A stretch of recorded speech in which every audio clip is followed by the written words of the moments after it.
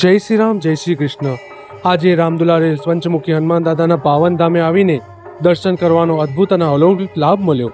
આ પવિત્ર ભૂમિ પર શ્રદ્ધાળુઓ પોતાની આસ્થા, વિશ્વાસ અને હૃદયની મનોકામનાઓ લઈને દાદાના ચરણોમાં આવે છે અને સાચી શ્રદ્ધાથી કરેલી પ્રાર્થના દાદા સુધી જરૂર પહોંચે છે। પંચમુખી સ્વરૂપમાં બિરાજમાન હનુમાન દાદાના દિવ્ય દર્શન કરતા મનમાં એક અદ્ભુત શાંતિનો અનુભવ થયો। એવું લાગ્યું કે જાણે દાદાની કૃપા દ્રષ્ટિ દરેક ભક્તના જીવનમાંથી ભય, દુઃખ અને સંકટ દૂર કરી રહી હોય। દાદા માત્ર શક્તિના સ્વરૂપ નથી, દાદા તો ભક્તિ, હિંમત, રક્ષણ અને અડગ વિશ્વાસના પ્રતીક છે। હે પંચમુખી દાદા, તમારા ચરણોમાં મારી એક જ પ્રાર્થના છે, દરેક ભક્તના જીવનમાં સુખ, શાંતિ અને સમૃદ્ધિ આપજો, સંકટ સમયે હિંમત આપજો અને તમારા આશીર્વાદ છાયા હંમેશા અમારા પર રાખજો।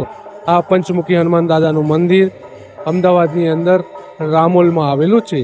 જય શ્રી રામ, જય બજરંગબલી, જય પંચમુખી હનુમાન દાદા।